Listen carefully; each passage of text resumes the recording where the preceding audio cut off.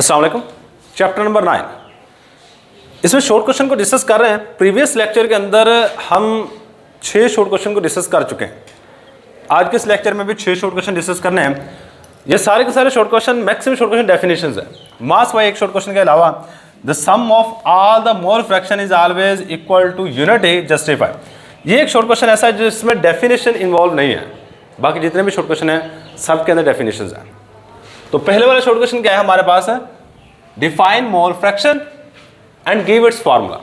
Mole fraction है क्या और इसका फार्मूला बताएं। मैं तो सपोज करता हूं मेरे पास ना एक सोल्यूशन बन गया और मैंने आपको बता रखा है कि percentage, molarity, mole fraction, parts पर मिलियन, ये सारे के सारे कंसंट्रेशन के यूनिट है, मिकदार को मालूम करने के यूनिट है। तो मोल फ्रैक्शन क्या होता है हमारे पास, मैंने ना 3-4 चीज़ों को मिक्स करके एक सोल्यूशन बनाया। इसमें एक चीज़ डाल दी ये वाली, मैं इसे स्टार बना देता हूँ। एक चीज़ में ये स्टार वाली है, एक इसमें स्क्वायर वाली है। मैं इसे सपोज कर रहा हूँ, ऐसा होता नहीं है। और एक इसमें ये सर्कल है। मैं 3 चीज़ों को मिला के ना सोल्यूशन बना देता हूँ। इसको मैं ए सपोज कर लेता हूँ, इसको बी सपोज कर लेता हूँ और इसको मैं क्या करूँगा, सी सपोज कर लेता हूँ। ए के जो इसमें मोल है वो कहूँगा एन ए, बी के जितने मोल है इसको कहूँगा एन बी, और सी के जितने मोल है इसको कहूँगा एन सी। अब मोल फ्रैक्शन क्या होता है कि अगर आप इन सब मोल का सम करो तो उसको कहूँगा N T, total number of mole. ये क्या है हमारे पास, टोटल नंबर ऑफ मोल्स। अब मोल फ्रैक्शन निकालनी हो ना, आप पता क्या करोगे, मोल फ्रैक्शन को रिप्रेजेंट करते हैं एक्स से। किससे रिप्रेजेंट कर रहे होते हैं, एक्स से। मैं सपोज करता हूँ इसकी मोल फ्रैक्शन, ए की मोल फ्रैक्शन निकालना चाहता हूँ, तो मैं ऊपर रखूंगा एन ए, क्या रखूंगा, एन ए, और नीचे रखूंगा N A plus N B plus N C. या फिर इसको मैं सिंपली इस तरह भी लिख सकता हूँ, N A over N T, क्योंकि इन सब के सम को क्या नाम दे रहे होते हैं, एन। ठीक है, अब इसकी डेफिनेशन पता क्या बनेगी, इसी से बनेगी।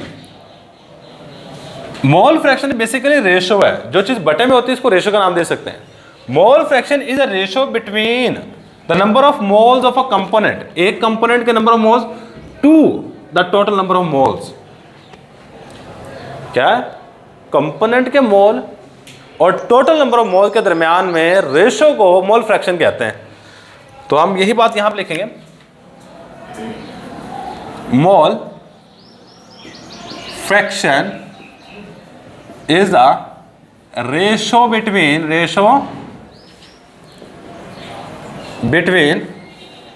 the number of moles of a component, number of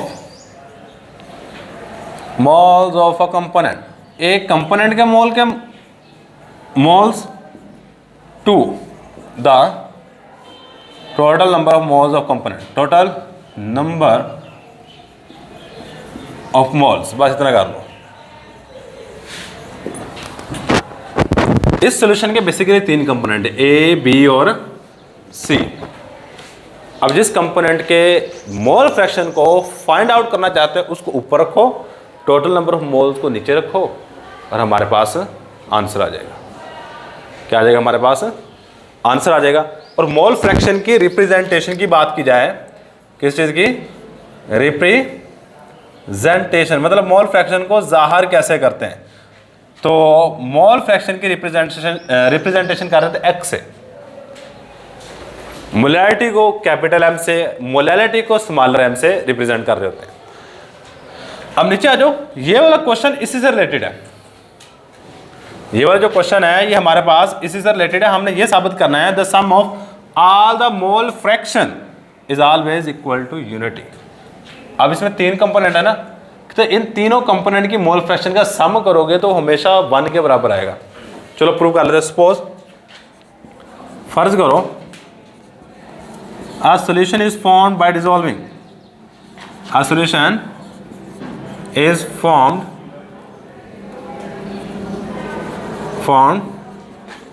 by dissolving a B and C component, तीन कंपोनेंट को मिला के हमने एक सोल्यूशन बनाया। तो यहाँ पे मोल फ्रैक्शन, यहाँ पे गौर कीजिएगा, मोल फ्रैक्शन ऑफ ए क्या होगी, मोल फ्रैक्शन ऑफ बी क्या होगी और मोल फ्रैक्शन ऑफ सी क्या होगी। जो कि मैंने यहाँ बात लिखी है, ए मोल फ्रैक्शन क्या होगी, N A over N A plus N B plus N C. इस तरह बी की मोल फ्रैक्शन क्या होगी, N B is equal to N over N A N B plus N C. और सी की मोल फ्रैक्शन क्या होगी, N C over N A plus N B plus N C. ये तीनों की मोल फ्रैक्शन निकाली, ए बी और सी component की। अब इनको जमा कर दो, total number of mole fraction निकालनी ना, sum of all the mole fraction. तो sum of all the mole fraction will be equal to X A plus X B plus X C. इसको ऊपर रखो, एक्स ए की जगह एक्स ए की value रखने लगाऊं, N A over N A plus N B plus N C plus B, X B की जगह पे एन बी की वैल्यू रखने लगाऊं, ऐसे एक्स बी की value N B N A plus N B plus N C plus X C mole fraction of C की value रखने लगाऊं, जो कि बराबर है N C over N A plus N B plus N C. अब इन सबको सम अप करो, इन सब का एलसीएम आएगा N A plus N B plus N C. अब इसको साथ रख के डिवाइड करोगे तो ये सारे के सारे कैंसिल हो जाएंगे और यहाँ पे हमारे पास जो आएगा N A plus N B plus N C. सही है, ये ऊपर वाली वैल्यूज और नीचे वाली वैल्यू क्या है, सेम, ये कैंसिल होगा तो answer will be equal to 1। अगर आप इतना बड़ा नहीं कर सकते, ये देखो एक सिंपल तरीका बताता हूँ, आप तीन कंपोनेंट की मोल फ्रैक्शन नहीं निकाल सकते, आप दो की ले लो, वो आसान है। कैसे, अगर दो के लिहाज से करोगे तो अब मैं बताता जाता हूँ क्या करना है, ये वाला नहीं लिखोगे और यहाँ से सी नहीं लिखोगे, ये वाला भी नहीं लिखोगे, ये वाला भी नहीं लिखोगे और यहाँ पे ये वाला भी नहीं लिखोगे और यहाँ पे भी सी वाला नहीं लिखोगे, और सी वाले जो भी चीज़ आ रही है वो आप यहाँ पे राइट नहीं करोगे। अब हमारे पास क्या बनेगा, X A plus X B is equal to N A over N A plus N B plus N B is equal to plus N B over N A plus N B. दोनों calcium क्या आएगा हमारे पास, N A plus N B, ऐसा ही है ना। तो ऊपर हमारे पास आ जाएगा N A plus N B, ये दोनों कैंसिल हो और आंसर फिर भी 1 रहेगा। अगर आप दो को रख के कर लोगे थोड़ा सा काम आसान हो जाएगा, तीन को रख के कर लोगे, आप 50 को रख के कर लो, आंसर सेम आएगा, 1 नहीं आएगा हमेशा। और यही चीज़ हमने साबित करनी थी कि अगर सम करते हैं जितनी भी मोल फ्रैक्शन है उनका आंसर हमेशा 1 आता है। सही है, तो ये हमारे पास इस क्वेश्चन का प्रूव है। अब नेक्स्ट हमारे पास क्वेश्चन है व्हाट इज पार्ट्स पर मिलियन।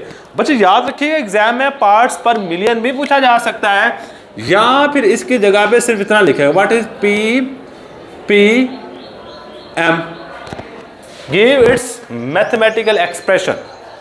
आपने पार्ट्स पर मिलियन भी बताना है और इसका मैथमेटिकल एक्सप्रेशन क्या है यह भी बताना है। यह है द नंबर ऑफ, ये डेफिनेशन है, the number of parts of solute present in million parts of, million parts of solution. Solution के मिलियन पार्ट्स में सल्यूट के कितने पार्ट्स मौजूद हैं, सल्यूट के कितने पार्ट्स मौजूद हैं, इसको हम नाम दे देते हैं पार्ट्स पर मिलियन का। बच्चे इसकी रिप्रेजेंटेशन की बात की जाए, रिप्रेजेंटेशन की बात की जाए तो ज़ाहिर करने के लिए हम इस्तेमाल करते हैं पीपीएम, और पीपीएम का फार्मूला होता है, पार्ट्स पर मिलियन का फार्मूला होता है mass of solute, mass of solute over mass of solution, mass of solution multiply by 10⁻⁶, multiply by 10⁻⁶। और बच्चे याद रखिए 10⁶ को अगर आप लिखोगे ये बनेगा, ये बन रहा होता है। और 10⁶ याद रखिएगा मिलियन होता है। 10⁶ क्या होता है? मिलियन। ये maths of solution multiply by. अच्छा, पीपीएम की ज़रूरत क्यों पड़ी? बात ये आ जाती है हमारे पास कि पीपीएम की ज़रूरत क्यों पड़ी है? पीपीएम की ज़रूरत क्यों पड़ी है बच्चे? क्योंकि हमारे पास कुछ सल्यूट की मिकदार बहुत कम होती है। कुछ सल्यूट की मिकदार क्या होती है हमारे पास? बहुत कम होती है। उस थोड़ी सी या छोटी मिकदार को मेजर करने के लिए हम पीपीएम का इस्तेमाल करते हैं। मसलन मैं आपको एक एग्जांपल देता हूँ। मेरे पास पानी है, मैं कहता हूँ मैंने ना पानी के अंदर मेरे पास 1000 ग्राम पानी है। अब इसमें ना जो कैल्शियम आयन है Ca+2 आयन, वो मैं कहता हूँ 0.01 ग्राम है। आप देखो सल्यूट की मिकदार बहुत बड़ी है और सॉल्वेंट की मिकदार बहुत बड़ी है, सल्यूट की मिकदार बहुत छोटी है। मतलब बहुत छोटी मिकदार को मेजर करने के लिए हम इस यूनिट का इस्तेमाल कर रहे होते हैं। हम इस यूनिट का इस्तेमाल कर रहे होते हैं। अगर आपसे ये भी पूछ रहे why we need PPM, why we need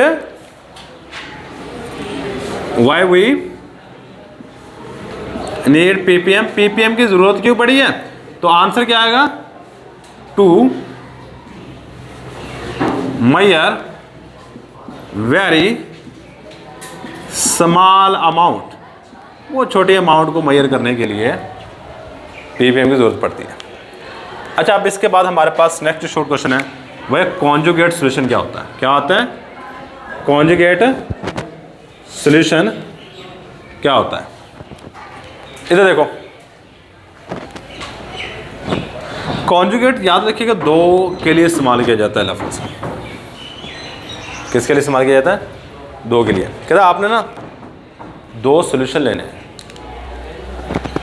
एक मैंने ये ले लिया और दोनों के दोनों सॉल्यूशन एक दूसरे के अंदर हल नहीं होने चाहिए, एक दूसरे के अंदर हल नहीं होने चाहिए। और एक मैंने ये ले लिया, सही है, दो सॉल्यूशन ले लिए, सही है। और यहाँ पे एक दूसरे के अंदर हल नहीं हो रहा है, यहाँ दरम्यान बाउंड्री लगा दें। दो सॉल्यूशन लेने हैं और वो दोनों के दोनों सॉल्यूशन एक दूसरे के अंदर हल नहीं होने चाहिए। अब ये एक लिक्विड है और ये दूसरा लिक्विड है। अब होता ही है कि इसका कुछ हिस्सा देखो एक दूसरे के अंदर हल नहीं होंगे, ये बात याद रखना, एक दूसरे के अंदर हल नहीं होंगे। इसका कुछ हिस्सा इसके अंदर चला जाए और ऊपर वाले का कुछ हिस्सा नीचे आ जाए, कुछ हिस्सा, लेकिन दो लेयर बिल्कुल बनी रहेगी। इस तरह के सॉल्यूशन को कॉन्जुगेट सॉल्यूशन कहते हैं कि अगर दो लिक्विड को आपस में मिक्स किया जाए तो हर लेयर दूसरे लिक्विड से सैचुरेट हो जाए, इस सॉल्यूशन को कॉन्जुगेट सॉल्यूशन का नाम दे रहे होते हैं। सही, when two liquids are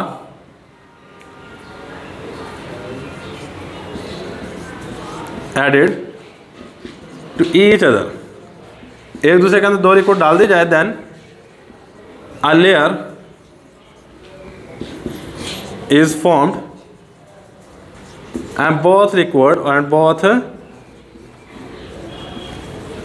liquids are saturate with and liquids are and one liquid is saturate with other liquid, इसको हम नाम देते इज कॉल्ड कॉन्जुगेट सॉल्यूशन। कि आप दो लिक्विड लो, दोनों लिक्विड के दरम्यान में एक लेयर बन जाए, दोनों मतलब हल ना हो, लेकिन ऊपर वाला कुछ हिस्सा नीचे आ जाए, नीचे वाला कुछ हिस्सा ऊपर चल जाए, इस तरह जो सोल्यूशन बनेगा इसको कॉन्जुगेट सोल्यूशन का नाम दे रहे होते हैं। क्या कह रहे होते हैं? कॉन्जुगेट सोल्यूशन का नाम दे रहे होते हैं। अच्छा, अब इसकी एग्जांपल की बात की जाए तो वाटर फिनोल सिस्टम, एग्जांपल एक ही याद करो, पानी को water and phenol is an example of conjugate solution. Water phenol system हमारे पास कॉन्जुगेट सॉल्यूशन के एग्जांपल है। अब इसके बाद आज नेक्स्ट हमारे पास शॉर्ट क्वेश्चन क्या है, ये वाला बिल्कुल आसान सा शॉर्ट क्वेश्चन है, कुछ ज़्यादा मुश्किल नहीं है इसमें। व्हाट इज कंसोल्यूट टेम्परेचर और क्रिटिकल टेम्परेचर, दोनों लफ्ज आ सकते हैं। कंसोल्यूट टेम्परेचर क्या है या फिर क्रिटिकल टेम्परेचर क्या है और उसकी मिसाल भी देनी है। देखो, आप इन दोनों को गर्म करना शुरू करो, इधर देखो, इन दोनों को गर्म करना शुरू कर देना है। देखो, मैंने पहले आपको बता रखा है ये दोनों एक दूसरे के अंदर हल नहीं होंगे, प्रॉपर हल नहीं होंगे। जब बिल्कुल एक दूसरे के अंदर मिक्स हो जाए ना और होमोजेनियस बन जाए, एक होमोजेनियस मिक्सचर बन जाए, वो वाला काम यहाँ पे नहीं होता। आप इसको गर्म करो, गर्म करने के बाद ये एक दूसरे के अंदर हल होना शुरू हो जाएंगे। वो टेम्परेचर जहाँ पे ये दोनों के दोनों लिक्विड या फिर सॉल्वेंट जो भी कहना चाहते हैं, दोनों के दोनों लिक्विड एक दूसरे के अंदर मुकम्मल तौर पे हल हो जाए और होमोजीनियस, मतलब जो दरमियान में लेयर बनी हुई थी ये खत्म हो जाए और एक होमोजीनियस मिक्सचर बना दे, उस टेम्परेचर को कंसोल्यूट टेम्परेचर कहते हैं। कॉन्जुगेट सॉल्यूशन क्या होते हैं कि अगर आप दो सॉल्यूशन को आपसे मिलाओ, वो एक दूसरे के अंदर हल ना हो, एक ऊपर लेयर बन जाए, एक नीचे लेयर बन जाए, ऊपर वाला लेयर नीचे वाली लेयर से हो जाए थोड़ी सैचुरेट, मतलब नीचे से कुछ थोड़ा सा हिस्सा ऊपर चला जाए, ऊपर से थोड़ा सा हिस्सा नीचे आ जाए, सही है। तो ये दोनों के दोनों लेयर एक दूसरे से सैचुरेट हो जाएंगे, इस सॉल्यूशन को कॉन्जुगेट सॉल्यूशन कहते हैं। लेकिन इसमें एक बात याद रखिएगा, ये दोनों के दोनों हल नहीं होते प्रॉपरली। लेकिन आप जैसे ही टेम्परेचर बढ़ाओगे, एक टेम्परेचर ऐसा आएगा जहाँ पर ये दोनों के दोनों एक दूसरे के अंदर हल हो जाएंगे। उस टेम्परेचर को, जहाँ ये दोनों एक दूसरे के अंदर हल हो जाए, कंसोल्यूट टेम्परेचर कहते हैं। क्या जी? The temperature, temperature at which, वो टेम्परेचर जहां पर both the liquids in conjugate solution, both the liquids in conjugate solution are mixed together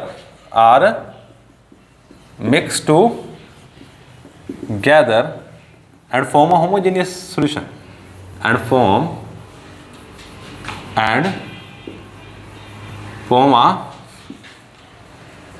homogeneous solution या homogeneous mixture का homogeneous मिक्सचर इज कॉल्ड, उस टेम्परेचर को इज कॉल्ड कंसोल्यूट टेम्परेचर या critical temperature, सही है। तो कंसोल्यूट टेम्परेचर का नाम दे रहे होते हैं या फिर इसको क्रिटिकल टेम्परेचर का नाम दे रहे होते हैं। अच्छा, नेक्स्ट एग्जांपल देखो, एग्जांपल आसान सी है, मैं इसलिए ये वाली यहाँ पे एग्जांपल लिखी है, इससे रिलेटेड चीज़ें आसान है बच्चे। वाटर फिनोल सिस्टम का, वाटर फिनोल सिस्टम का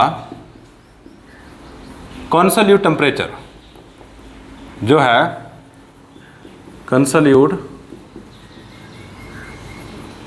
टेम्परेचर जो है वो है 65.9 डिग्री सेंटीग्रेड।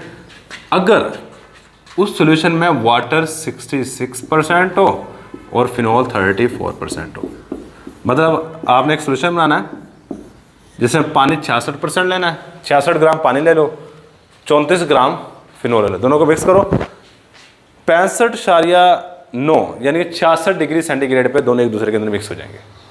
इससे कम टेम्परेचर भी एक दूसरे के अंदर मिक्स नहीं होते। लास्ट वाला क्वेश्चन है, what is the difference between ideal solution and non ideal solution.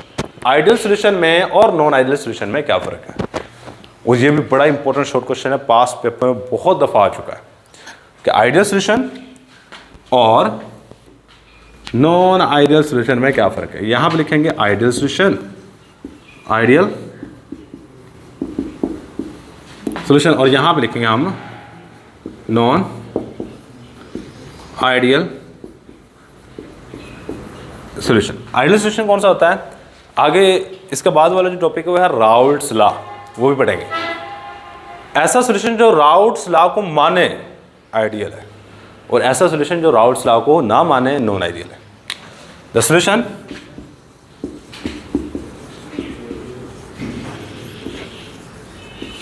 which obey Raoult's law, ऐसा सोल्यूशन जो राउल्ट्स लॉ को माने आइडियल सोल्यूशन है।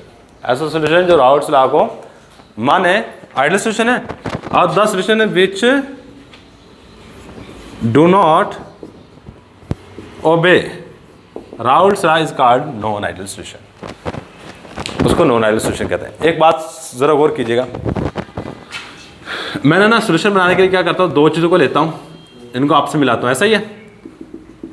यहाँ मैंने फिनोल ले ली, यहाँ पे मैंने वाटर ले लिया, इन दोनों को आपसे मिलाता हूँ, इकट्ठा कर दिया दोनों को, ये सोल्यूशन बन गया।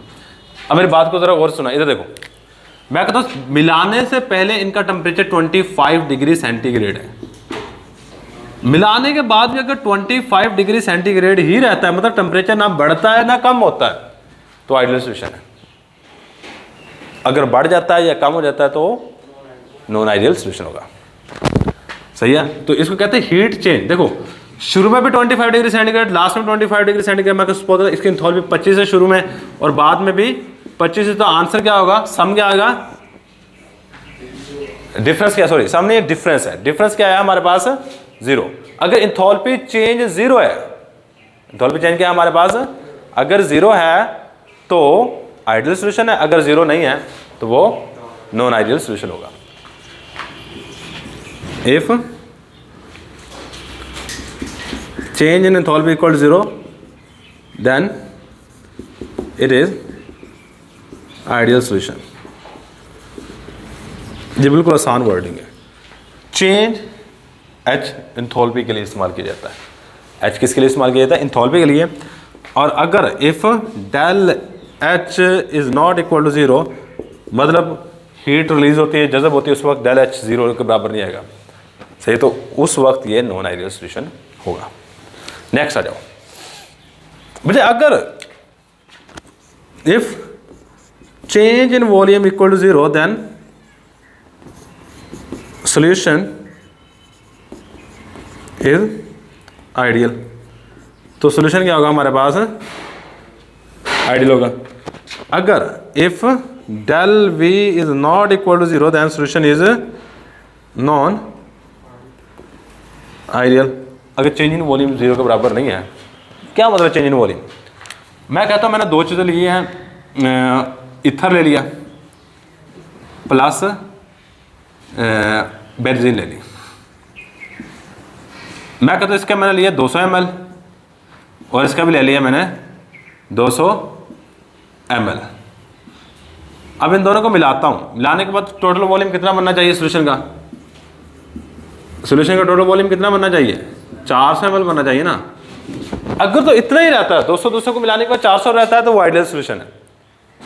अगर कम या ज़्यादा हो जाता है तो नॉन आइडियल सोल्यूशन है। सही, मतलब यहाँ पर चेंज इन वॉल्यूम का मतलब क्या है, इन दोनों को जमा करो, कंपोनेंट के वॉल्यूम को, 400 बनता है माइनस 400, ओवरऑल आंसर क्या आया, मतलब दोनों के दरम्यान में जो डिफरेंस है चेंज इन वॉल्यूम है वो 0 है। अगर तो 0 रहता है चेंज इन वॉल्यूम तो सोल्यूशन आइडियल है, अगर चेंज 0 के बराबर नहीं है तो सोल्यूशन नॉन आइडियल। अगर आप इसको अपनी वर्डिंग में लिखना चाहते हैं कि the volume of a component, the sum of volume of a component, sum of, ये कंपोनेंट है, the sum of volume of a component is equal to the volume of the solution, the solution will be ideal. अगर is not equal to the volume of solution then solution will be non ideal. Last में एक example लिखो, बात खत्म करते हैं। सही है, इसकी एग्जांपल आएगी ether phenol, sorry ether benzene, ether benzene. इसकी आएगी water HCl, water and HCl। पानी के अंदर हाइड्रोक्लोरिक एसिड डाल दो, वो नॉन आइडियल सोल्यूशन है। ईथर के अंदर बेंजीन डाल दो, ये आइडियल सोल्यूशन होगा। ये क्या हमारे पास होगा, आइडियल सोल्यूशन होगा। सही बच्चे, ये चंद एक बातें याद रखनी है था जी हमारे पास इंपॉर्टेंट शॉर्ट क्वेश्चन, इनको देख लीजिएगा। ये सारे के सारे ही इंपॉर्टेंट शॉर्ट क्वेश्चन है। इसमें ज़्यादातर इंपॉर्टेंट जो है ना, जो काफ़ी दफ़ा आ चुका है पास पेपर में, वो आइडियल और नॉन आइडियल सिचुएशन में फ़र्क है। बाकी डेफिनेशन जितनी भी हैं सारी की सारी आ चुकी हैं। पास पेपर को पढ़ोगे आपको ये सारी की सारी चीज़ें मिलेंगी। यही हमारे पास आज का लेक्चर। अल्लाह हाफिज़।